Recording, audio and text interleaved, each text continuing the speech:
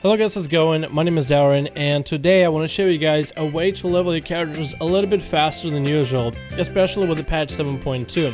Now, there probably will see a lot of videos coming out there, especially with a new patch, people giving you advice on how to gear the best, and this method is the one that I found the most useful for me.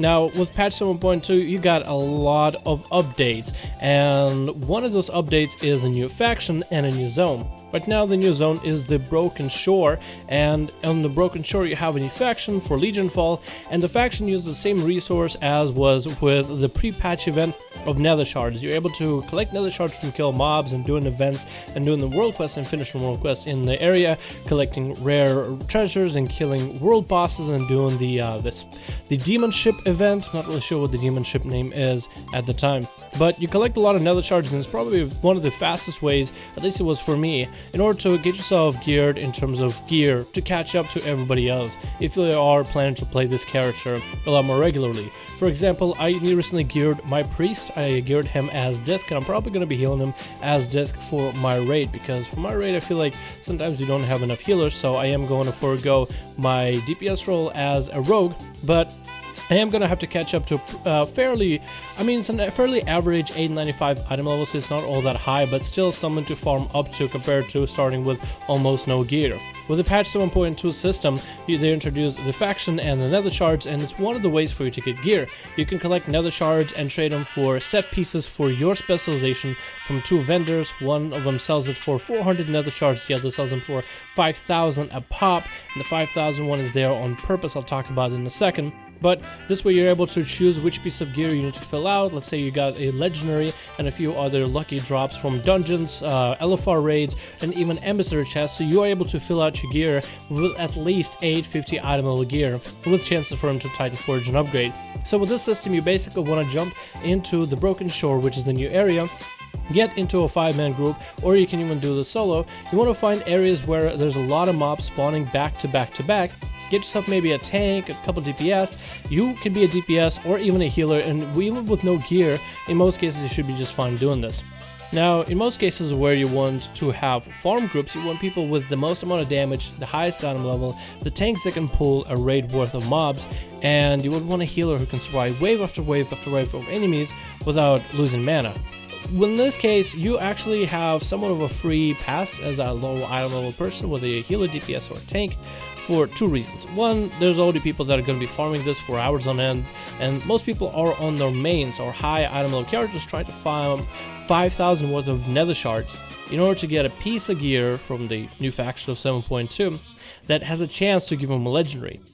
And they're going to be there for hours anyway. Now, another aspect that comes into the play is that apparently there's scaling now at max level. So at max level, if you get on your max level character and go out in the world, find yourself like a boar, look at its health, then go into your items and the character window, take off one of your pieces, I suggest something like a ring, and the health of the boar will scale even at max level, depending on your item level. So because of this happening right now, I'm not sure if this is a bug or if this is intended. Maybe it's intended just for the Broken Shore to get all its caught up, but with this, your item level isn't going to drag you too much down. It is still going to drag you down in terms of, let's say, DPS or healing potential or tanking potential, but it's not going to be as massive of a factor because other players are seeing mobs that are scaled to their item level anyway. So the time that'll take for you to DPS mob compared to another player is not going to vary as much. So take advantage of this bug while it's going around. Plus, most people are fairly nice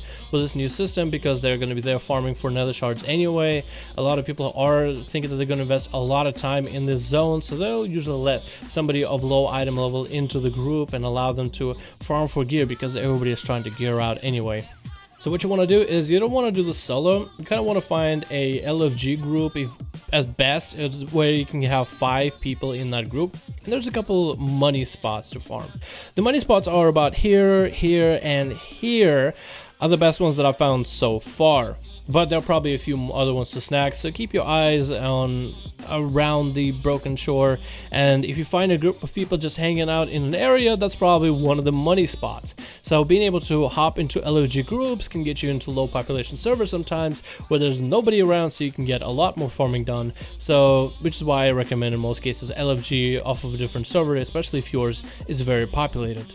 So the goal is to farm in these spots for as long as humanly possible, until you either give up or you have enough Nethershards in order to fill out the rest of your gear, or whatever reasons you have. But usually generally the more time you spend in these money spots, the more chance you have for gear and upgrades for gear, which I'll talk about in a second. Some of the best money spots that I found for farming are here, here, and here. But these are the three that I found useful to me so far.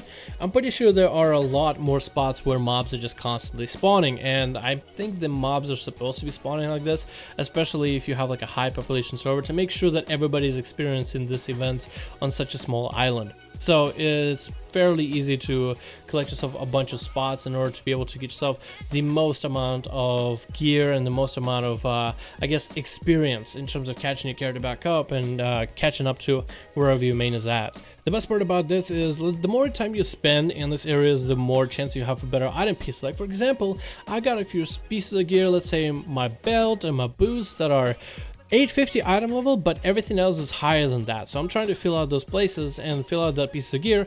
Every other item level that I have is fairly high, so I'm just going to retry for those boots and that belt to see if I can get a higher item level out of it, or simply just better stats. I'm just trying to get myself as much of an item level in order to get myself caught up into, let's say, about Nighthold normal, so I can run through Nighthold normal, so I can get myself into Nighthold heroic before the new raid comes out, so I can be caught up to start to run that raid on normal and even the mythic plus of the new dungeon that recently came out. So that's one of the advantages of this, is to be able to retry for the same gear that you have to see if you can get an upgrade for a higher item level. So as I said earlier, the more time you spend in all these areas, the better chance you'll have. Now I know that this method isn't the best method in general. I'm pretty sure I could have just went on a tangent and talked about what you should do at the beginning, which world bosses you should kill, collect all the coins, do every single mythic plus, get a guild to run you through this. This is more or less a video guide for fast leveling solo when you're on your own. Of course, if you, let's say, have a guild that's able to run you, just have a guild run you through like a mythic 10 for dungeons, and then run you back to back to back with dungeons. Have the whole group full of clothies, and whatever piece of gear the clothies get, just have them send it over to you, and then have your guild carry you through heroic Nighthold and even mythic Nighthold. So if you have a group that's able to carry you through some of the pieces of content, then yes, that's probably the best ways of going about in terms of farming for gear. But this is the way that I found for the most amount of efficient gear farming when you're by yourself, when you're just out solo and you're trying to find ways, how can I by myself get as much gear as I can in order to at least catch up to the current content. So this is what I have a video for you guys. Thank you all so much for watching. I hope you enjoyed, and I hope you guys found this video very useful, because I actually found this useful for my priest. I found this method fairly efficient because I guess I was a little bit lucky because I am a healer, so I guess that experience will vary a little bit.